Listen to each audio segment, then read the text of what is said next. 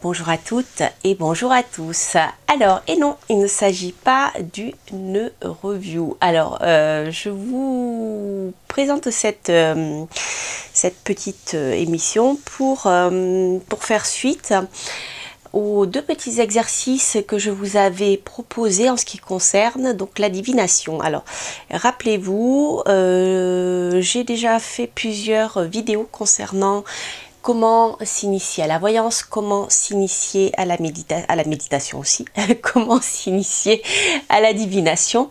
Et ici, nous sommes plutôt dans comment s'initier à la divination.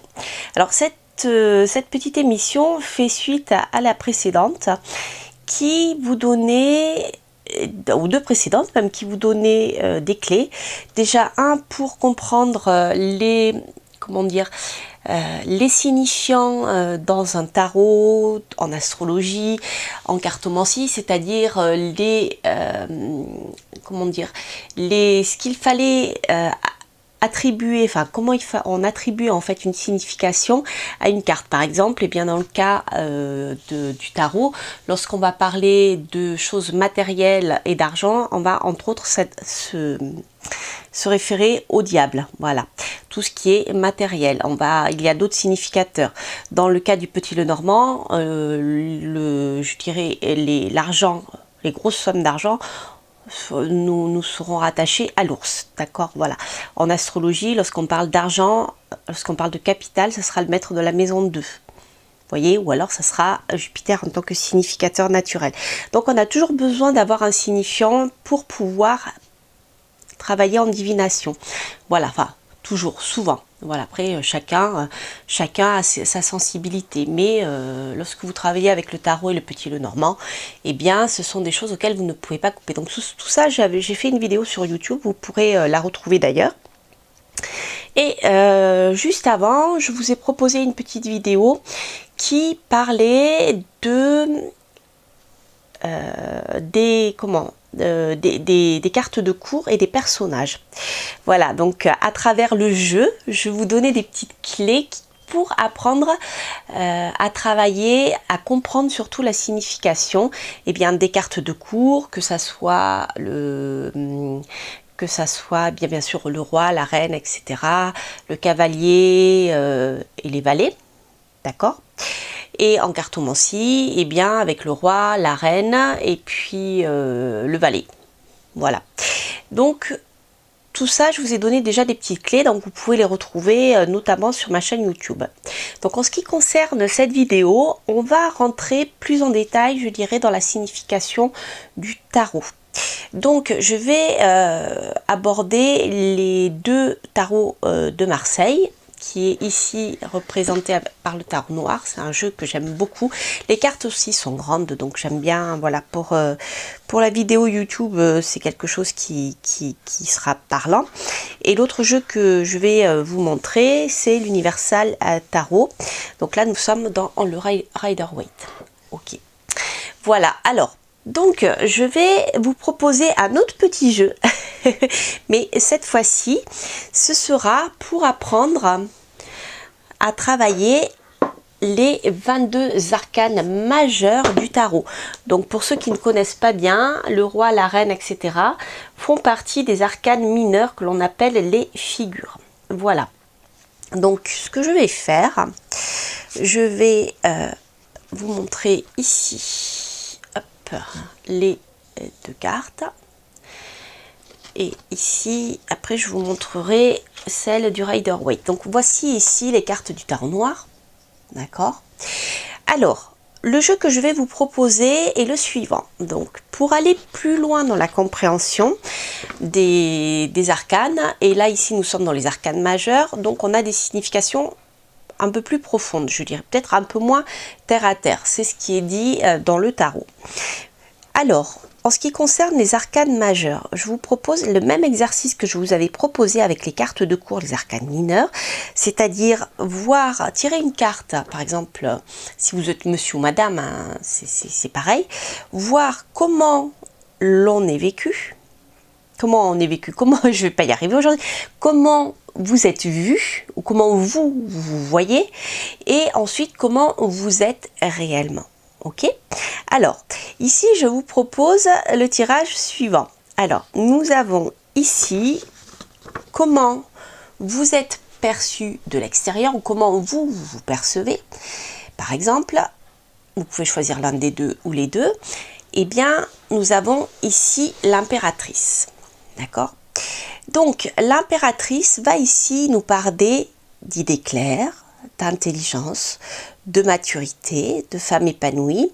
C'est la femme de toutes les responsabilités, d'accord? Avec une grande capacité, ça c'est très important ce que je vous dis, à communiquer. C'est l'intelligence au service de la communication, l'impératrice, d'accord? Elle porte en elle aussi un grand pouvoir de création parce que vous le verrez dans la carte du Rider-Waite, l'impératrice est souvent enceinte et souvent en contact d'ailleurs avec la nature. Je dirais que c'est un peu les différences qu'il y a entre le tarot de Marseille et le Rider, c'est-à-dire que dans le tarot de Marseille, l'impératrice est beaucoup plus froide dans son côté d'impératrice, même si elle est créative. Mais on a plus l'intelligence qui est mise en avant et dans le Rider, on a, je dirais, plus le côté vénusien, créatif, moins mercurien de l'intelligence. Et souvent, dans plusieurs jours, on la voit entourée d'animaux, de fruits, etc. Voilà, ici, elle est au cœur de la nature. Vous voyez, elle est enceinte. Donc, l'impératrice va aussi mettre en avant cette capacité créative. Ok ? Donc, il y a aussi l'élégance, la séduction qui font partie des attributs de cette impératrice. Voilà, donc ça c'est comment vous êtes perçu ou comment vous vous percevez. Si vous tirez la carte de la papesse qui va définir comment vous êtes réellement, alors comment vous êtes réellement en général, ou ça peut être comment vous êtes en ce moment aussi. D'accord? Ça, il vous faut le déterminer lorsque vous posez votre question. Donc la papesse, là, c'est intéressant parce que nous sommes à peu près comme l'impératrice sur des attributs, comment dire, de maturité, puisque la papesse, dans le tarot de Marseille, va représenter la grand-mère du battleur. L'impératrice va représenter la mère. Ici, donc, on a quelqu'un de beaucoup plus mature.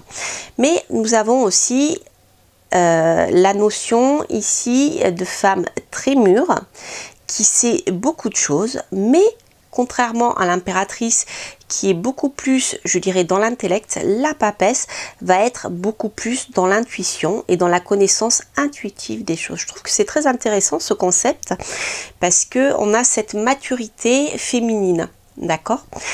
Et alors, ce qui est aussi rigolo, c'est que la papesse va nous parler des choses cachées. La papesse est toujours cachée derrière un voile. Ici, elle est représentée comme ceci dans le tarot de Marseille, dans le tarot noir. Dans certains tarots de Marseille plus traditionnels, elle est derrière, nous avons un grand voile noir. Et elle porte toujours dans sa main le livre soit ouvert, soit fermé de la connaissance, mais c'est aussi le livre des secrets et c'est aussi le livre de la connaissance ésotérique. Donc tout ça pour dire qu'en fait la papesse, elle, ne va pas parler de communication, au contraire, elle va parler de secret. Et je dirais que c'est peut-être une des différences majeures entre ces deux femmes. C'est-à-dire que l'impératrice va être dans la communication, mais la papesse va être dans le secret. Le secret qui peut être aussi lié à la sagesse. D'accord ? Voilà.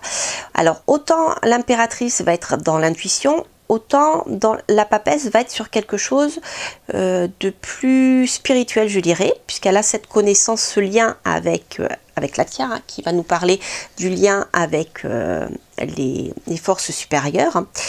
Elle va nous parler aussi plutôt de choses, de liens avec l'ésotérisme, je dirais de connexions beaucoup plus subtiles. Voilà, donc là par exemple on peut retrouver la communication avec l'au-delà dans les rêves prémonitoires, ce genre de choses. L'impératrice va être à un niveau plus bas, au niveau intuitif, très féminin.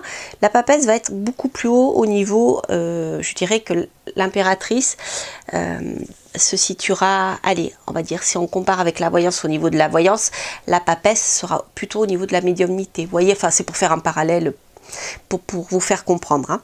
Voilà.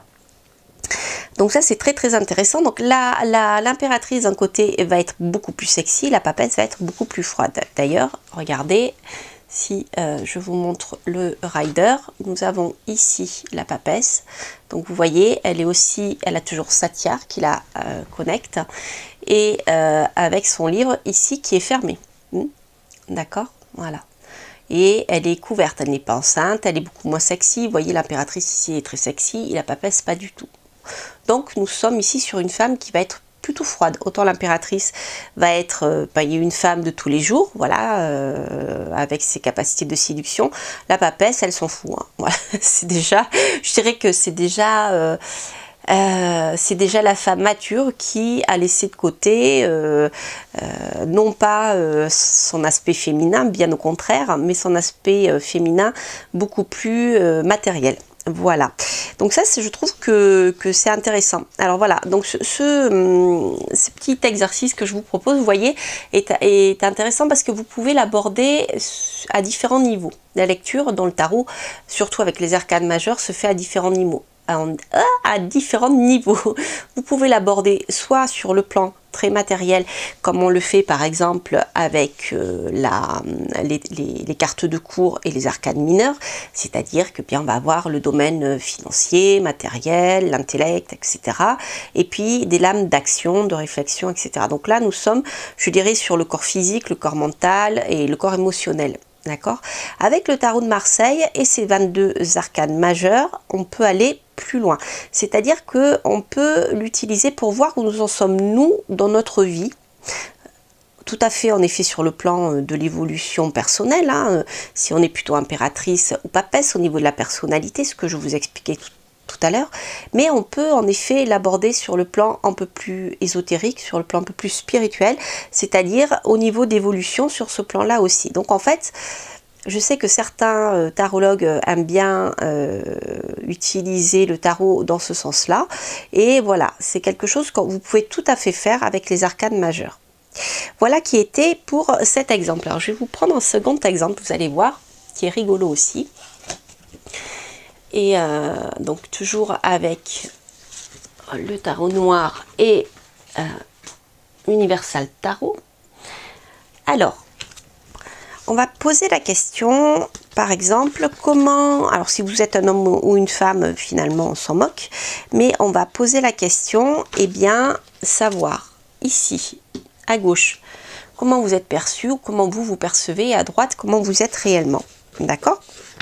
Par exemple, dans votre vie actuellement, sur le plan de votre développement personnel ou spirituel. On va le prendre dans ce sens-là. Alors, comment vous êtes perçu, comment vous vous percevez? Le battleur, d'accord? Donc, le battleur, ici, vous allez vous percevoir comme quelqu'un qui est sur le chemin, quelqu'un qui débute sur le chemin, par exemple, initiatique, dans le cas du domaine spirituel, ou vous êtes au niveau du développement personnel, vous êtes au niveau de l'apprentissage. Vous avez déjà tous les atouts en main, mais c'est le début, c'est le 1, c'est la force du 1, le numéro, d'accord? Au niveau de la numérologie, le 1, c'est le début, d'accord? Ce n'est pas le 0. Là, c'est très intéressant parce que nous avons ici, comment dire, le côté à la fois du départ, c'est-à-dire en même temps l'ouverture d'esprit, la curiosité, une grosse énergie de départ, c'est le battleur, c'est une énorme énergie, c'est l'enfant aussi, c'est le début, donc vous comprenez que comment vous êtes perçu, c'est comme quelqu'un peut-être d'immature, d'accord, comme quelqu'un qui a un comportement un peu enfantin, d'accord, parce que de l'extérieur, vous ne laissez voir que ce côté-là de vous. D'accord? Parce que nous avons un masque, nous sommes tous d'accord. En société, nous ne sommes pas exactement tels que nous sommes au quotidien. Nous ne dévoilons qu'une face de notre personnalité ou alors carrément un masque. Donc le battleur va s'afficher, je dirais, comme quelqu'un de bout en train, de jeune, qui est pétillant, qui a l'esprit au jeu, etc. Le battleur, d'ailleurs, c'était avec les jeux ici, il jouait dans les foires, il faisait des tours de passe-passe, etc. Donc là ici, nous sommes dans quelqu'un qui apparaît comme quelqu'un qui n'est pas, comment dire, il n'est pas trop encore, il est en chemin de quelque chose, mais les choses en négatif peuvent être un peu confuses, d'accord? Il peut être avoir un comportement assez puéril, ça c'est dans le côté vraiment négatif, hein, d'accord? Voilà, ça je trouve ça très intéressant. Alors, au niveau de la carte, comment vous êtes au fond, bien enfin au fond de vous, même si vous ne le montrez pas, eh bien vous êtes plutôt un ermite. D'accord? Donc un ermite, qui dit ermite, parle de sage, parle de sagesse, c'est-à-dire que vous êtes quelqu'un qui sait très bien où il va. C'est très bien où il va parce qu'il a la sagesse acquise par l'expérience de toute sa vie. Donc là maintenant, il porte en lui la lumière, en fait, toutes ses connaissances, tout son développement personnel, même spirituel, il le porte pour pouvoir éclairer les autres. D'accord? Voilà. Donc ici, vous voyez, nous sommes sur une autre dimension. Autrement dit, vous pouvez paraître joyeux, léger, etc., bout en train, mais au fond, ce n'est qu'une apparence sociale, mais au fond de vous, vous êtes plutôt un ermite, c'est-à-dire que, eh bien, à votre niveau de vie, même si vous paraissez encore jeune, eh bien, vous avez la sagesse qui vous permet d'avancer. Et après, en société, de donner plus de légèreté, je dirais, à vos relations sociales. Voyez. Donc ça, voyez, ce genre de jeu est très intéressant. Alors, autant le battleur va représenter l'enfant, autant l'ermite va représenter la personne très âgée. C'est je dirais, c'est l'arrière-grand-père même. Voilà. Ça, c'est le battleur l'enfant. Ici, c'est l'arrière-grand-père. Tout à l'heure, nous avions, avec, comme je vous le disais, avec l'impératrice, nous avions la mère du battleur et nous avions, avec la papesse, la grand-mère du battleur. Ici, nous avons l'arrière-grand-père. D'accord? Voilà. Donc, qu'est-ce que je voulais vous dire d'autre? Donc c'est aussi la lenteur, hein, dans le côté négatif, hein, puisque le battleur, il y a un peu le côté on ne sait pas trop où on va, les idées sont un peu confuses. Là, on a ici la lenteur, bien parce que la vie a fait son œuvre et le corps est fatigué, mais aussi parfois l'esprit, enfin l'âme est fatiguée, donc voilà. Il y a la maturité, mais il y a aussi le poids des ans sur d'autres niveaux du corps de l'humain ou d'autres, je dirais, niveaux plus élevés. Voilà, qu'est-ce que je voulais vous dire d'autre? Ah oui, je voulais vous montrer ces deux cartes. Donc ici, sur le rider, donc nous avons ici le battleur. Voilà, avec toujours les 4 éléments qui lui permettent bien de dire que l'on maîtrise les choses. Vous voyez, il a la main levée, c'est le départ. Et l'ermite ici, qui est sur sa montagne avec sa robe de bure et sa canne de marcheur. Il a toujours une canne. Normalement, c'est un double serpent qu'il y a dessus, parce que ça a une signification et il éclaire le passé, parce qu'il a acquis toute sa connaissance. Voilà. Voilà, donc voilà encore un petit exercice pour vous aider à développer votre compréhension du tarot.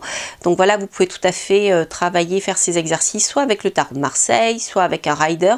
Il n'y a aucune différence majeure, je dirais, parce que le symbolisme reste le même.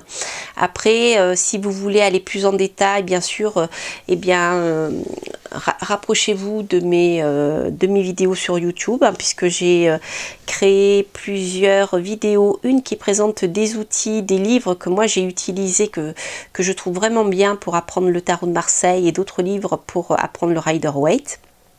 Voilà, donc n'hésitez pas à consulter ces vidéos, et puis j'espère que ce petit exercice vous aura plu. Entraînez-vous à faire ce travail tous les jours, toutes les semaines si vous n'avez pas le temps. Comme ça vous permettra de mieux comprendre les lames. Vous pouvez très bien faire un tirage en disant, eh bien voilà comment moi je me perçois actuellement, et actuellement où concrètement j'en suis dans mon chemin de vie par exemple, où j'en suis sur le plan spirituel, où j'en suis sur le plan de mon développement personnel, de la compréhension de la vie. Vous voyez, ce genre de choses. Voilà, et bien écoutez, j'espère que cette petite émission vous a plu. N'hésitez pas à me laisser des messages, ça me fait toujours plaisir. Et puis, je vous souhaite plein de bonnes choses, et je vous dis à très bientôt pour de prochaines aventures. Bye bye.